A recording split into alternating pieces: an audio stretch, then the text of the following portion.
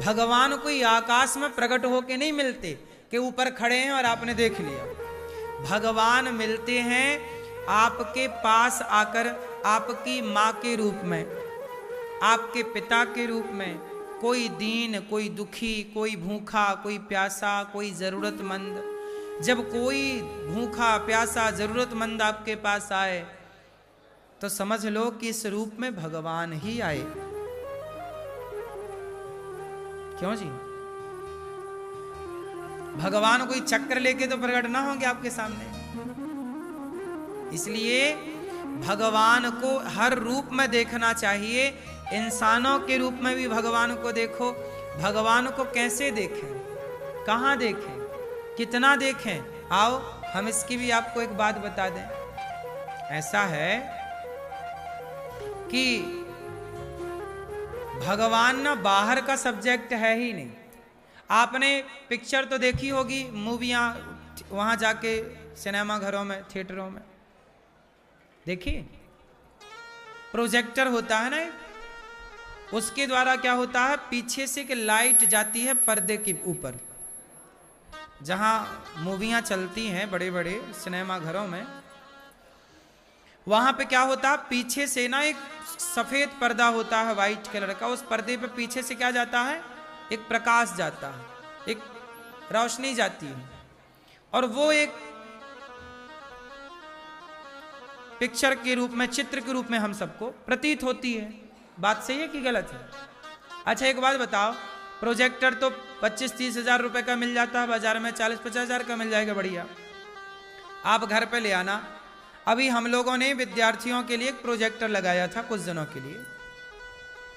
तो क्या हुआ, हमने वो प्रोजेक्टर को ध्यान से देखा तो वो ना दीवार पे, यदि हम ना दीवार की तरफ कर दें तो दीवार पे चलने लगती थी। उसमें जो भी डालो आप, पिक्चर डालो या कुछ भी पढ़ाई का सिस्टम डालो, दीवार पे दिखने लग जाए। क्यों जी? बात सही है। आपकी पीठ में हम यदि उसको लाइट मार दें तो आपकी पीठ में पिक्चर चालू हो जाए। क्यों जी? बात सही है, हाँ या ना? छत में मार दी जाए तो छत में पिक्चर चालू। इसका मतलब ये है, ना तो दीवार में ना तो छत में पिक्चर है ही नहीं।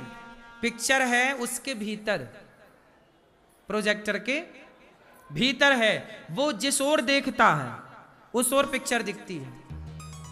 बात सही है? वो जिस ओर देखेगा, उसकी रोशनी जिस ओर जाएगी, उसकी रोशनी जहां जाके पड़ेगी वहां पिक्चर दिखेगी आपको। बात सही है? उसी तरह भगवान कहीं नहीं होते, आपके भीतर भगवान होते हैं। आपकी भक्ति की रोशनी, आंखों से आप जिस ओर भक्ति और प्रेम की दृष्टि से जिस ओर देखेंगे, भगवान वहां प्रकट हो जाएंगे आपके लिए। सिंपल फंडा है ये। मैं भी तो, अच्छा ये बताओ, खंबा तो सबने देखा, खंबा तो बोलो, खंबा तो सबने देखा, पर खंबे को जब प्रहलाद ने देखा तो वो खंबा खंबा नहीं रहा। क्या हो गया बोलो? फिर प्रहलाद के पिता ने भी तो खंबा देखा, हिरण्यकश्यपु ने, ये खंबा है। लेकिन उस खंबे को जब प्रहलाद की उस दृष्टिकोण से देखा गया, प्रहलाद की भक्ति के उस प्रोजेक्टर से देखा गया, तो प्रहलाद की दृष्टि में वो खंबा नहीं था। क्या था? वो भगवान है। जबकि सामान्य अन्य लोगों के लिए वो क्या था? हाँ, खंबा है, पत्थर का खंबा है भाई।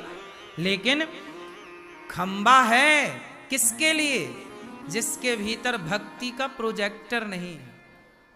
जिस दिन भक्ति का प्रोजेक्टर भीतर आ गया और उस भक्ति के लेंस से आपने देख लिया, तो आपको हर खंबे में ईश्वर ही ईश्वर नजर आएंगे। फिर ये सवाल नहीं होगा कि मैं भगवान से मिली नहीं या मिला नहीं, ये सवाल खत्म हो जाएंगे। भगवान से मिलना बहुत कठिन नहीं है। प्रहलाद ने कहा कि खंबे पर भगवान है, लो प्रकट हो गए।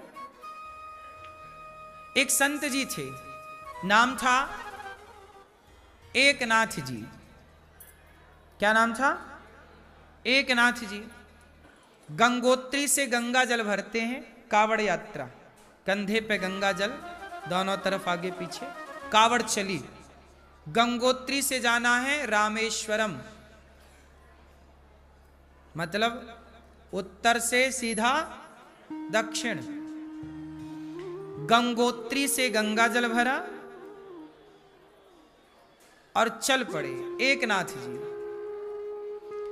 यात्रा पैदल है तो वर्षों लगेंगे। कितना समय लगा? वर्षों।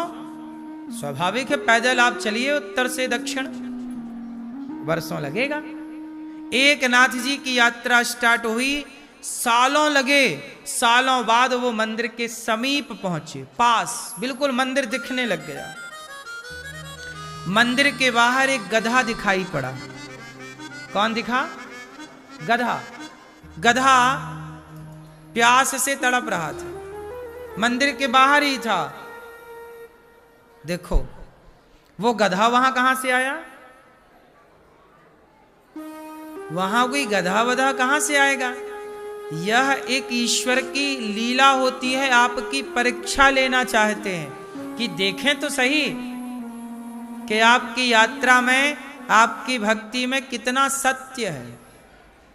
कहीं दिखावा ही तो नहीं है, कहीं छलावा तो नहीं है।